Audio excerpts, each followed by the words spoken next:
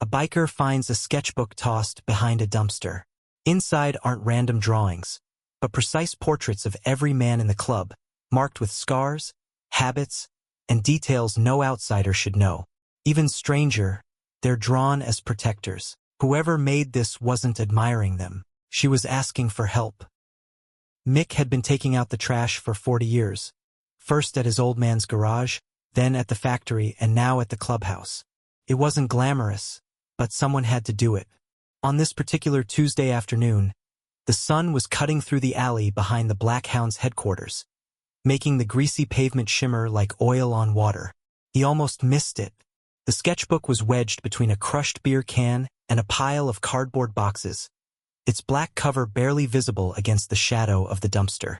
Mick had a habit of noticing things, came with the territory of being a Marine before he ever threw on a leather cut. He picked it up, flipped it open, and froze. The first page showed Tommy Wrench Morrison, the club's VP, astride his Harley. But this wasn't just any drawing. Tommy's bike was engulfed in flames that didn't burn. They protected. Behind him, massive wings spread from his shoulders, feathered and powerful. A sword hung at his hip. Above his head, in careful script, was written, Guardian. Mick turned the page. There was Mahoney, the club enforcer, portrayed the same way, wings, weapons, holy fire. The nickname read, Shield. Page after page revealed every member of the Black Hounds, each transformed into something between warrior and angel. The detail was staggering. Whoever drew these had studied them closely. The scar over Wrench's left eye, the way Mahoney's beard braided at the end, even the dent in Mick's own riding helmet from that accident in '09. What have you got there? Wrench had wandered outside for a smoke, noticing Mick standing stock-still by the dumpster. Mick handed him the sketchbook without a word. Wrench's cigarette nearly fell from his lips. What the hell? Within minutes, half the club had gathered in the alley, passing the sketchbook around like it was evidence at a crime scene. The reactions ranged from confusion to unease to something that looked almost like reverence. Who would draw this? Asked Snake, the club's youngest patch holder, barely 23. And why leave it here? Added Mahoney, his thick arms crossed over his chest. Jess, Wrench's wife and the only woman who had a permanent seat at the club table, examined the sketches more carefully. She ran a tattoo parlor downtown and knew art when she saw it. This isn't amateur work. Look at the shading, the perspective. Whoever did this has real talent. But why us? Snake repeated. Why make us look like angels? Mick finished quietly. He'd been staring at his own portrait, Iron Brother, and something about it made his chest tight. He'd spent 30 years being called a lot of things. Angel wasn't one of them. Wrench pulled out his phone, photographing several pages. I'm sending these to Sabrina. Sabrina managed the community center 3 blocks over and knew every kid in the neighborhood. The reply came back in less than 5 minutes. That's the girl who sits outside the library, always drawing. Quiet kid. Foster care, I think. The library. Mick knew exactly where that was. Same place he picked up audiobooks for the long rides. He'd seen her there himself now that he thought about it. Small girl, always in the same gray hoodie, sketchbook balanced on her knees. She'd watch people pass with these huge, careful eyes, like she was memorizing the world one face at a time. Let's go, Mick said, tucking the sketchbook under his arm. Go where? Snake asked. To find out why someone thinks we're worth drawing with wings. They took the bikes. When they pulled up, Mick held up the sketchbook through the library window. The librarian's alarm shifted to recognition. The girl was exactly where Sabrina said she'd be, sitting on the bench outside the library's side entrance, hood up despite the warm afternoon. Her left arm was in a cast, covered completely in drawings. Engines, helmets, leather cuts, and everywhere, woven between the mechanical drawings, were wings. She saw them coming and her pencil stopped mid-stroke. Her shoulders drew inward, but she didn't run. Mick approached slowly, the way you'd approach anything wounded and wild. He sat down on the far end of the bench, leaving space between them, and placed the sketchbook on the weathered wood. This yours? He asked. The girl's eyes flicked to the sketchbook, then to his face, then back down. She nodded once. "It's really good," he continued. "Best thing anyone's ever drawn of me, that's for sure." A tiny smile ghosted across her face, then vanished. "I'm Mick. These are my brothers." He gestured to the others, standing back near the bikes. "We found your book behind our clubhouse. Been trying to figure out why you'd draw us like that." The girl was silent for a long moment, her good hand gripping the edge of her cast. When she finally spoke, her voice was so quiet Mick had to lean in to hear it. "You ride loud." Mick blinked. Yeah, we do." She looked up at him then, and he saw something in her eyes that made his blood run cold. It was the same look he'd seen in Fallujah, in the faces of kids who'd lived through things no child should ever witness. "He's scared of loud," she whispered, and Mick understood. Mick asked if she was hungry. Wrench brought sandwiches from across the street. They sat in patient silence while she ate. Her name was Delilah, 12 years old, currently living with her third foster family in 2 years, the Hendersons, a couple in their 50s who meant well, but were already fostering 2 other kids and working full-time jobs. She didn't blame them for not having time to notice things. Most people didn't notice things, but Delilah noticed everything. She'd been watching the Black Hounds for 6 weeks, learned their routines, their bikes, their faces, started drawing them because that's what she did when she was afraid. She drew the things she wished were real. "What are you afraid of?" Jess asked gently. She joined them on the bench, sensing the girl might respond better to another woman. Delilah's jaw tightened. She set down her sandwich and pulled a folded piece of paper from her hoodie pocket. It was a printout from the Department of Corrections website. Inmate release schedule. A name was highlighted in yellow, Fred Vance. Release date, 60 days from now. "My mom's ex-boyfriend," Delilah said, her voice still barely above a whisper. "He lived with us for 2 years. When I was 9, I told my teacher about what he did when Mom was at work. They arrested him. He got 3 years. She traced the edge of her cast with one finger. He broke my arm on his way out the door. Told me he'd finish what he started when he got back." The words hung in the air like smoke. Mick felt his hands curl into fists, nails digging into his palms. Beside him, Mahoney had gone very quiet, the dangerous kind of quiet. "Where's your mom now?" Wrench asked. "Rehab. 4th time. She chose him over me." There was no emotion in Delilah's voice when she said it, which somehow made it worse. "Social worker says she's doing better, but..." She shrugged. "Doesn't matter. He knows where I am. Foster placements are supposed to be confidential, but he has friends. People who owe him things." "And the police?" Jess pressed. "They said they'll investigate if he makes contact." "If..." Delilah looked at each of them in turn. "I've been moved 3 times because people got scared. First family heard he was asking around the neighborhood. Second family found him waiting outside their house one night. He didn't do anything, just stood there under the streetlight, watching. They called the cops, but he was gone by the time they arrived. Third family." She swallowed hard. "They just said they couldn't handle the stress." "So the Hendersons don't know," Mick concluded. Delilah shook her head. "If I tell them, they'll send me somewhere else. And the next place and the next place. I'm tired of running. I'm tired of being scared in houses where nobody really sees me." She opened the sketchbook to a page near the back. Herself surrounded by grasping shadows, the bikers circling her with wings spread wide. "I watched you for weeks," she continued, something stronger entering her voice. "I saw how people cross the street when you ride by, how they look away when you walk into stores. Even the guys who hang out behind the liquor store, the ones who scared me, they don't mess with you." She looked directly at Mick. "You ride loud. Your engines sound like thunder, like something unstoppable. And I thought if maybe you knew, if you saw me, if I could just..." Her voice cracked. "He's scared of loud things. He's scared of being noticed. He does everything in quiet corners where nobody's watching. And you figured a motorcycle club isn't exactly known for being quiet," Wrench said softly. "I figured you were my last chance." Delilah's eyes were bright with unshed tears. I know it's stupid. I know you don't know me. But I didn't know what else to do. I can't fight him. The system can't protect me. So I drew what I wished was true, that someone would stand between me and the bad thing coming. Glances passed between the club members, entire conversations happening without words. Mick had been with the Black Hounds for 15 years. He knew what his brothers were thinking without a single word being said. They'd all been broken by something once. That's why men joined clubs like this, to find the family blood didn't give them, to stand with people who understood that sometimes the world ground you down and you needed brothers to help carry the weight. Finally, Mahoney spoke, his gravel voice cutting through the quiet.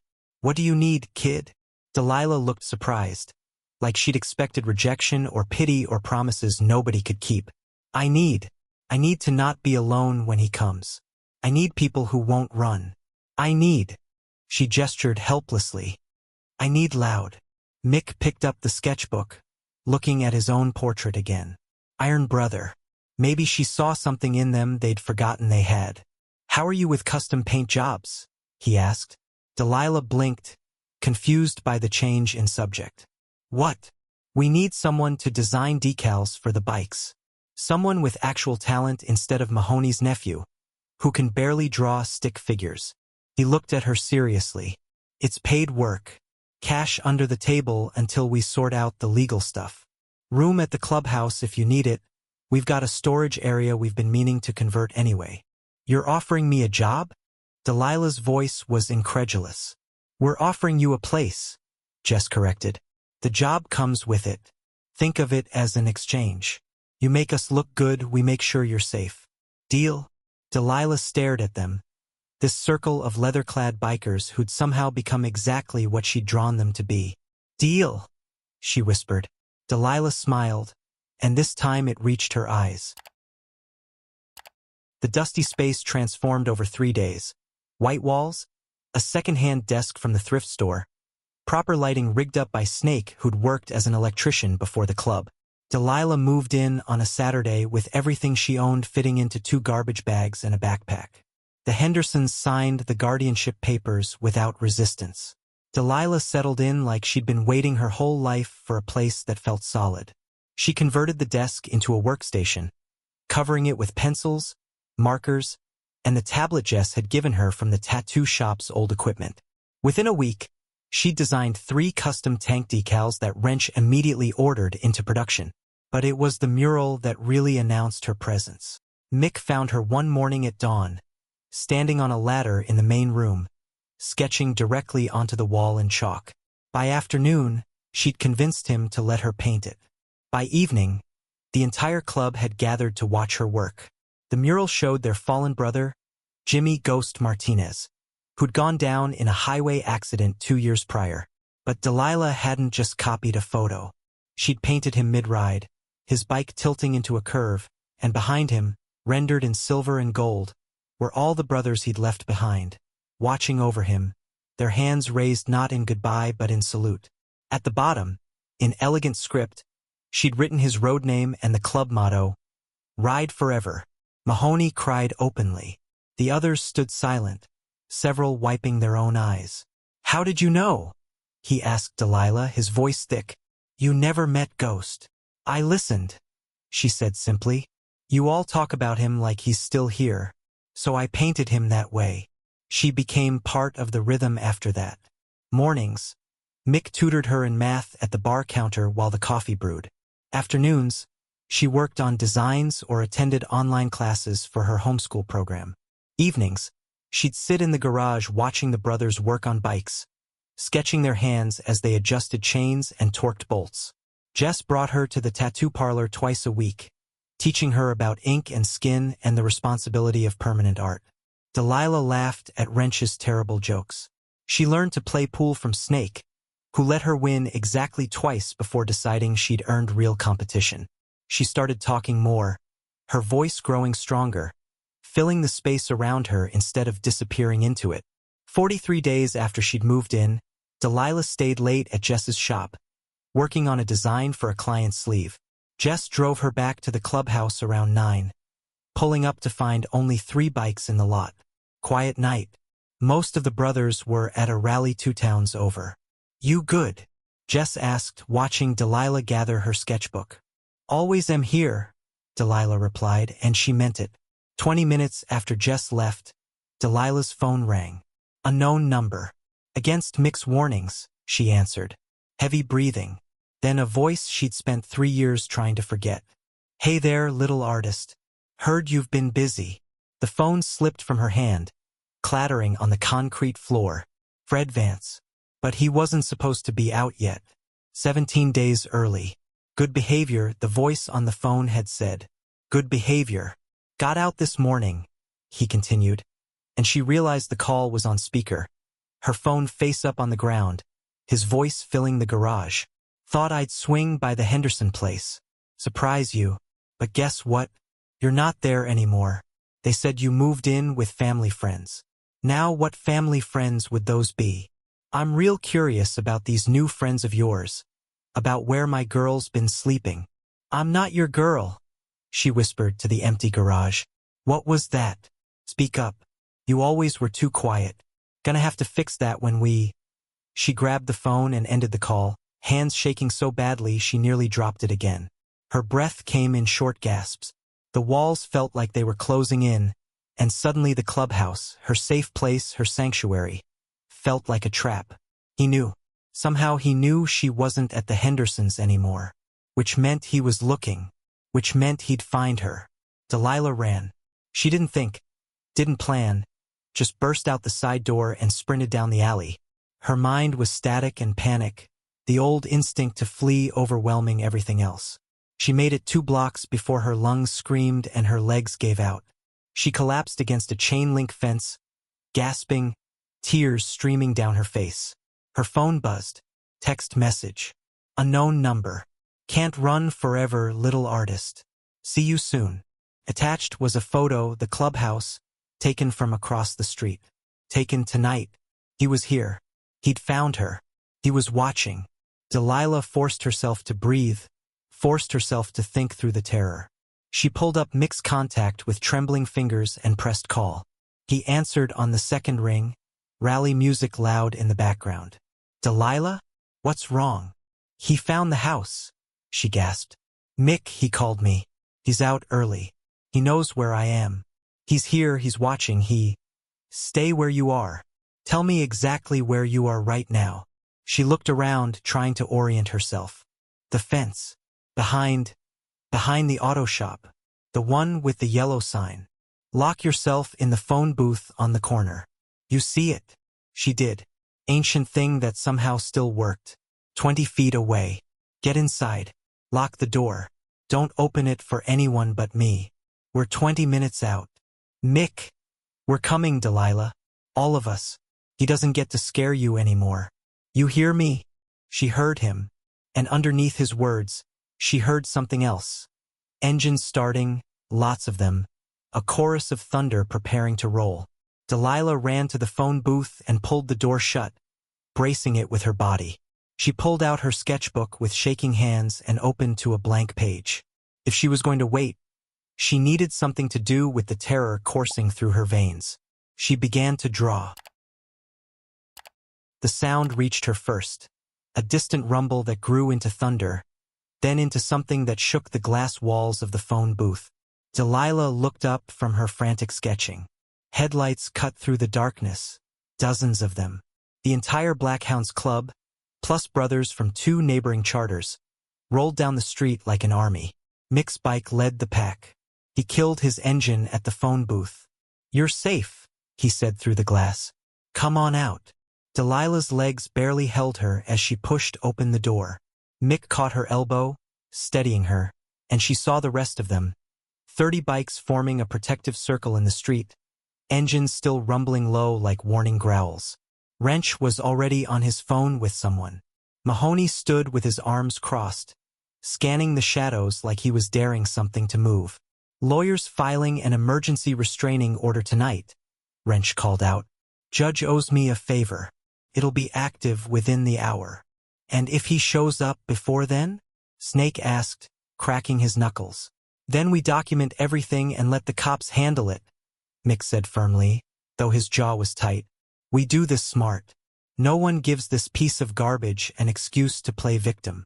But Delilah had stopped listening. Her eyes were fixed on the clubhouse, visible 2 blocks away.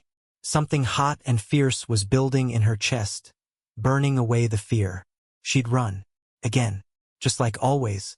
But this time, she'd run toward something instead of just away. I need paint, she said suddenly. Everyone turned to look at her. Spray paint. Black, red, white. Whatever you have. Mick studied her face. What are you thinking, kid? I'm thinking I'm tired of him making me disappear.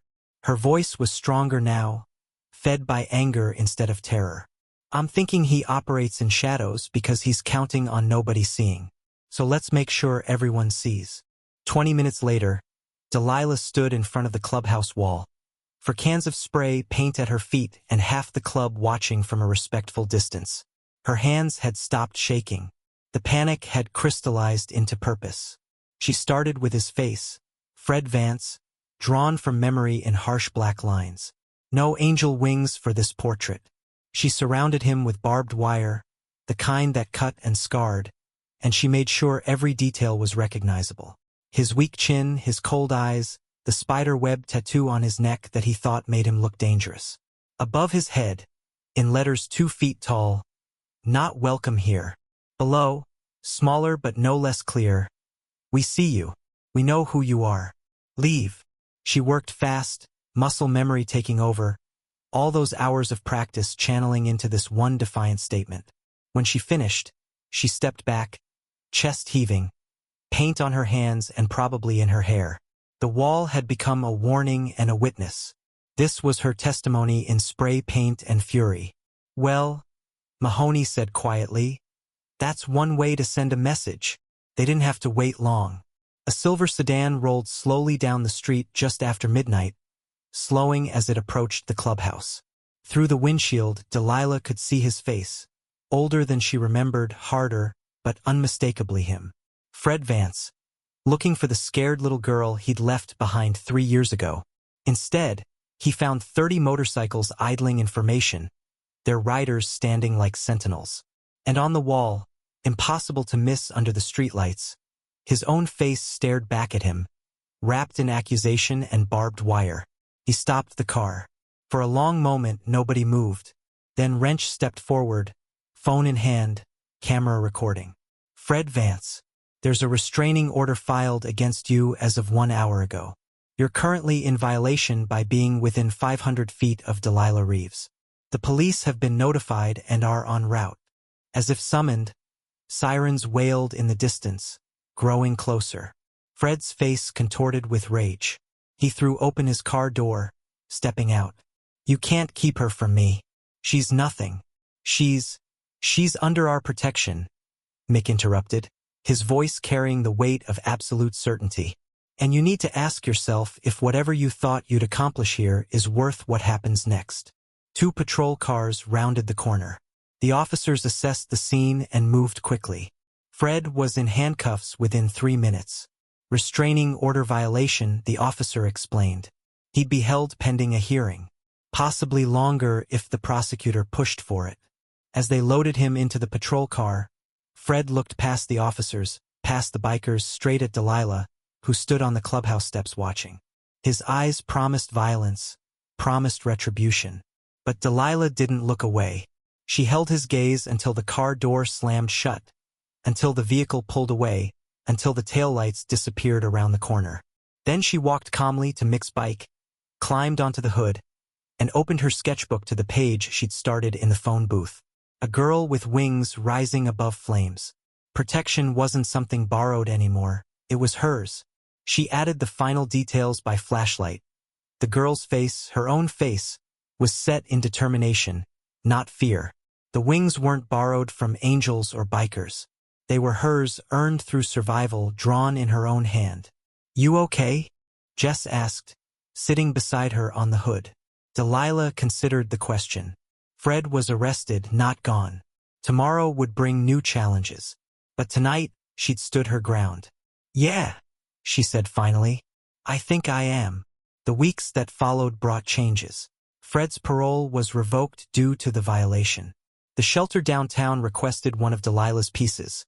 She chose the image of broken chains transforming into wings, and it now hung where dozens of kids could see it daily. Her custom designs started appearing on bikes across 3 states as word spread about the club's talented young artist. Mick taught her to ride on his old Sportster, patient through every stall and wobble.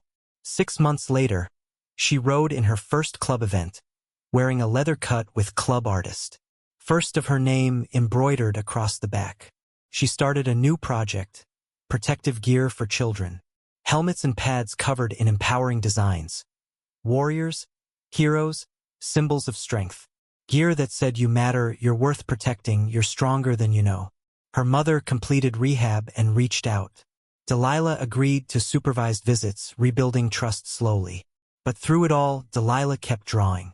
Every sketch, every design, every piece carried the same message she'd been sending since that first sketchbook left behind the dumpster. She was present, visible, and no longer afraid. This wasn't a whisper. It was a roar, loud as thunder, impossible to ignore, just like the family that taught her how. Delilah found her voice through art and her family on the road. Sometimes the people who save us don't look like heroes, they look like family. What would you do if you saw someone silently asking for help? Share your thoughts below. And if this story moved you, subscribe to Embrace the Journey for more stories that remind us why compassion matters. See you in our next video.